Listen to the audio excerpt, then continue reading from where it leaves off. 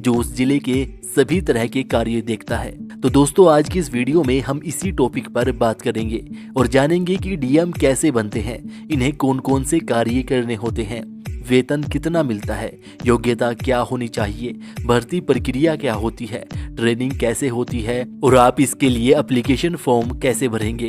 तो दोस्तों, डीएम जिसका पूरा नाम डिस्ट्रिक्ट मजिस्ट्रेट होता है, इन्हें हिंदी में जिला अधिकारी कहते हैं। यह एक जिले का प्रमुख अधिकारी होता है। जिले का पुलिस विभाग, तहसीलदार, एसडीएम, पटवारी आदि सभी डीएम के अंडर ही कार्य करते हैं। डीएम जिले में किसी भी विभाग जैसे बिजली विभाग, जल विभाग, स्वास्थ्य विभाग आदि किसी भी विभाग में जाकर चेकिंग कर सकता है।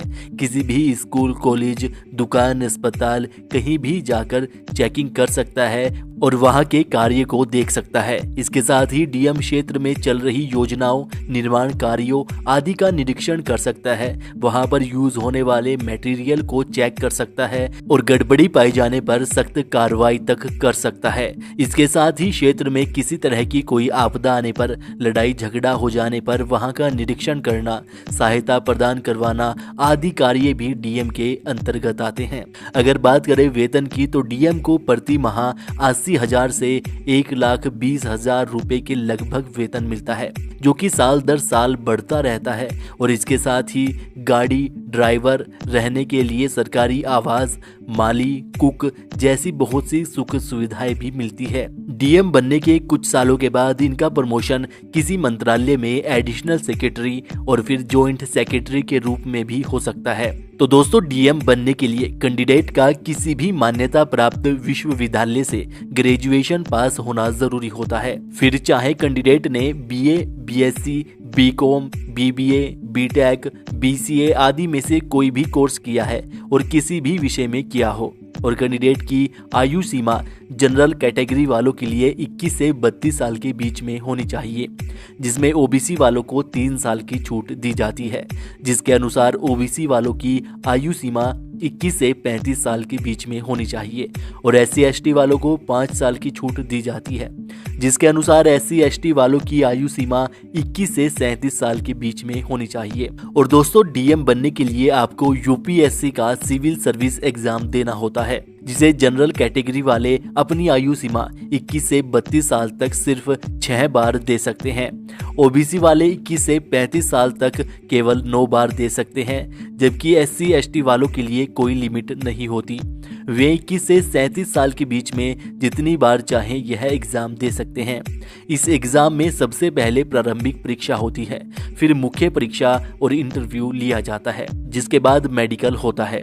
प्रारंभिक परीक्षा में 2 पेपर होते हैं। पहला पेपर जनरल स्टडीज का, जिसमें 200 नंबर के 100 प्रश्न पूछे जाते हैं। सभी बहुविकल्पीय प्रश्न होते हैं और यह 2 घंटे का पेपर होता है। दूसरा होता है सिविल सर्विस एप्टीट्यूड टेस्ट का, जो कि क्वालिफाइंग पेपर होता है, जिसके नंबर मेरिट लिस्ट में नहीं जोड़े जाते। इसमें 200 नंबर के 80 प्रश्न पूछे जाते हैं। इसमें भी सभी बहुविकल्पीय प्रश्न होते हैं और यह 2 घंटे का पेपर होता है। तो जनरल स्टडीज में विज्ञान, पर्यावरण और परिस्थितिकी, समाजिकी, अर्थशास्त्र, सरकारी नीतियां और पहलू, संस्थान, अंतर्राष्ट्रीय संबंध, राजनीति, भूगोल, आधुनिक इतिहास, मध्यकालीन इतिहास, कला और संस्कृति, आजादी के बाद का इतिहास आदि से संबंधित प्रश्न पूछे जाते हैं। और सिविल सर्विस एप्टीट्यूड टेस्ट में गणित, जिसमें अंक गणित, बीज गणित, रेखा गणित और सांख्यिकी, अंग्रेजी, हिंदी, सामान्य बौद्धिक योग्यता, logical and analytic ability, decision making and problem solving, comprehensive आदि से संबंधित प्रश्न पूछे जाते हैं। जिसके बाद मुख्य परीक्षा होती है, जिसमें 9 पेपर होते हैं और प्रत्येक पेपर 3 घंटे का होता है। इसमें लैंग्वेज के 2 पेपर होते हैं, ऐसे general studies 1, general studies 2, general studies 3, general studies 4 और 2 ऑप्शनल पेपर 1 और पेपर 2 होते हैं। तो लैंग्वेज के 2 पेपर में अंग्रेजी का पेपर कंपलसरी होता है और दूसरा कोई भी लैंग्वेज आप चूज कर सकते हैं। दोनों 300-300 नंबर के पेपर होते हैं और इनकी समय अवधि भी 3-3 घंटे होती है। इसके बाद ऐसे राइटिंग का 300 नंबर का पेपर होता है, जिसमें 3 घंटे का समय दिया जाता है। इसमें साहित्य और संस्कृति, सामाजिक क्षेत्र, राजनीतिक क्षेत्र, विज्ञान, पर्यावरण और प्रौद्योगिकी, आर्थिक क्षेत्र, कृषि, उद्योग एवं व्यापार, राष्ट्रीय और अंतर्राष्ट्रीय घटनाक्रम, प्राकृतिक आपदाएं, राष्ट्रीय विकास योजनाएं और परियोजनाएं आदि से संबंधित किसी भी टॉपिक पर ऐसे लिखना होता है। इसके बाद general studies 1, general studies 2, general studies 3 के एग्जाम होते हैं जो कि 250 नंबर के होते हैं और इसमें भी 3 घंटे का समय दिया जाता है, जिनमें भारतीय इतिहास, प्राचीन, मध्यकालीन और आधुनिक, भारतीय राष्ट्रीय आंदोलन और भारतीय संस्कृति, विश्व भूगोल, भारतीय भूगोल और प्राकृतिक संसाधन, राष्ट्रीय और अंतर्राष्ट्रीय स्तर पर घटित वर्तमान घटनाएं, भारतीय कृषि, व्यापार और वाणिज्य, भारतीय राजनीति, भारतीय अर्थव्यवस्था, सामान्य विज्ञान, जीवन शैली, सामाजिक रीति रिवाज आदि से संबंधित प्रश्न पूछे जाते हैं। जिसके बाद जनरल स्टडीज 4 के पेपर में एथिक्स से प्रश्न पूछे जाते हैं और यह भी 250 नंबर का होता है। इसके बाद ऑप्शनल के 2 पेपर होते हैं, पेपर 1 और पेपर 2। ये भी 250 नंबर के होते हैं और इसमें भी 3 घंटे का समय दिया जाता है।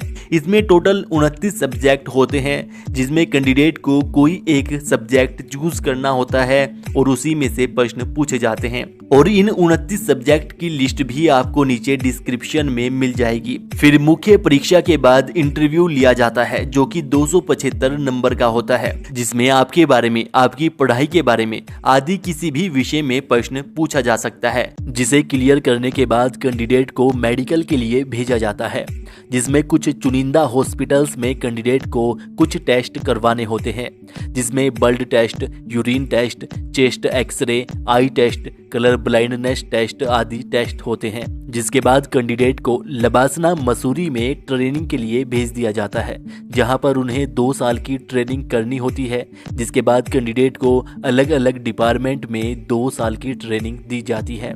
इस प्रकार 4 साल के बाद कैंडिडेट को किसी जिले में एसडीएम या एसडीओ के पद पर नियुक्त किया जाता है, जिसके 4 साल के बाद उन्हें एडीएम का पद मिलता है और उसके 9 साल के बाद कैंडिडेट का प्रमोशन डीएम के पद के रूप में होता है।